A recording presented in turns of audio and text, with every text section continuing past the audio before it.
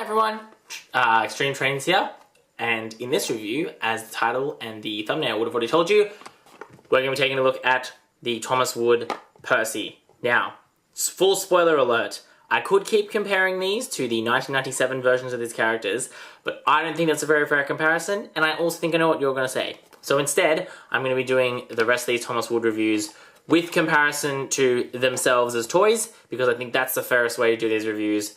If you want to see comparisons and how these new items stack up to their old counterparts, check out my other Thomas Wood videos about Thomas and Diesel 10, because I think they're quite good comparisons and illustrate most of my points about this line very nicely. So, let's find out more about this little green engine and what's changed. Let's take a look.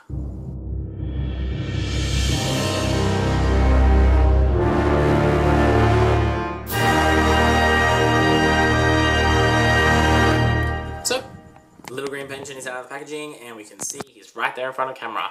Loading again, if you missed the price, $12.95, which is about $2 cheaper than what he would have cost if he was the old Thomas Wooden Railway.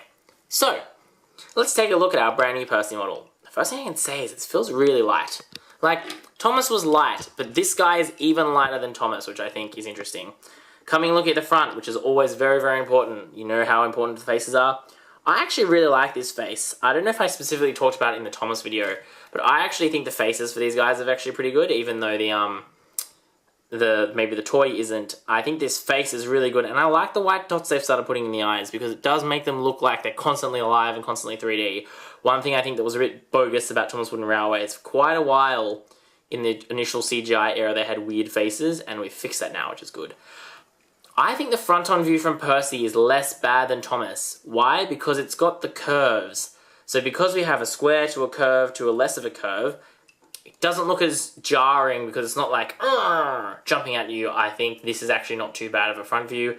Again, you can see we've got the painted buffers there. Noting though that there was like a dint in my wood. Oh, that sounds inappropriate. Here, which I'm trying to show you reflecting the light. So he does look a bit funny along the front. Coming to the side. Now we're starting to get some of the cool detail that I think was missing from the original Thomas Wooden Railway. Yep, I said detail was missing from Thomas Wooden Railway. Nice to see we've got the red running board. We've got a little suggestion of the piston rods, which is cool, and also the stairs printed in there. You've got all this detail here, like these things, which are super detailed. Again, we actually have his little sandbox things cut out of the wood, which I think looks quite cool. Coming across the top, again, less weird than Thomas because there's a much smaller gap between the printing here. And we come across the top, we get the details painted on actually in a nice gold shiny paint, even though where his dome should be is definitely missing. No detail here, there isn't any on these engines. Come to the top, you get painted black and the coal imitation on the back. Nothing here on the back of the model. It says Percy underneath, as you would expect. And again, green wheels. So, individually, I actually think this Percy one doesn't look too bad. I know when I saw it in the States, I resisted picking up because my bag was already overweight. But I actually think that Percy doesn't look too bad, and it's because the new size squished all the engines down to make them shorter. In case you're wondering, yes, Thomas and Percy are the same length, they have the same chassis. That didn't work as well for Thomas, I don't think, and as explained before, I don't think it works as well with Diesel 10. But for Percy, who's a small engine, I think this looks good for him to be a little bit small. I think the addition of these corner parts here, I'm going to talk about that in a second, makes him like kind of look a bit squished. It adds some more detail. I actually don't mind it. Just what I've noticed though, let's take a look at that. See that white stuff in there? That's not the camera, that's legitimately there. There's like a white wood mark. I didn't realize it's gone to the buffer beam as well. You can see there's some white stuff under there. And I think that's actually just in the wood. Which I guess shows the charming quality, the warmth of wood, as Mattel's new PR material says, which to me is really weird looking actually. Now I've noticed it. I'm not, once you see, you can't unsee. Look at that white. It's so odd. Yeah, I guess that's the risks of using wood. Sometimes it's not going to be even or nice. Sometimes there's going to be deformities in there, and you just kind of have to cop it. So that's that, I suppose. Yeah, that's about all I have to say about this model in terms of what it does. Again, yep, nice face. Front profile isn't too bad. I said I don't mind the wood aesthetic for this one. The back is a little bit, but who looks at the entrance from the back? I don't know. yeah, so that's kind of the features of this one. So the question is, what do I think of Percy? Yep, so controversial opinion again. I don't think Percy's that bad.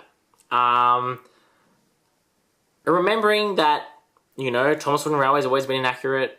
It's not like in Trackmaster where they were a little bit more accurate with how they presented them. If we're talking about just physically, this Percy is more accurate because he's smaller. He's got these parts on the front. Again, in terms of the paint-wise, I think this Percy does a better job of kind of hiding / blending in / suiting the style. I think that's a combination of his shapes, so it looks better from the front. It means that the lines between his paint are less pronounced.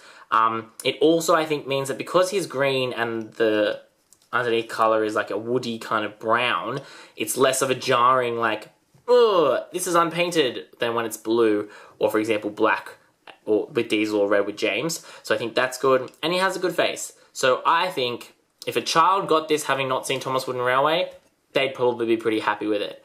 Obviously, this one and my one here particularly has this weird, like, kind of fault thingy in it. I'd be curious to see if they show up on other people's models, because it is just what happens when you have wood exposed. So I'd be curious to know your thoughts about that, and if that is something which you have seen either in other YouTube videos, because I haven't seen it yet, or in your own collection. But otherwise, I'd love to hear your thoughts. What are your thoughts on Thomas Wood Percy? Are you still a hater? Have I convinced you that maybe this line isn't total absolute garbage, but there's hope for it yet? I don't know. Let me know your thoughts, guys. I'm very, very curious to keep hearing them. Keep commenting and stuff. Doing all that allows me to go and buy more Thomas Wood, so you guys don't have to if you don't like it, which I think is a pretty good compromise, if you ask me. So, what are you waiting for? Do all those cool things you do on YouTube. Thanks for watching. That's what we've got time for. This is XtremeTrainz. Yeah, I'm probably not going to do that again.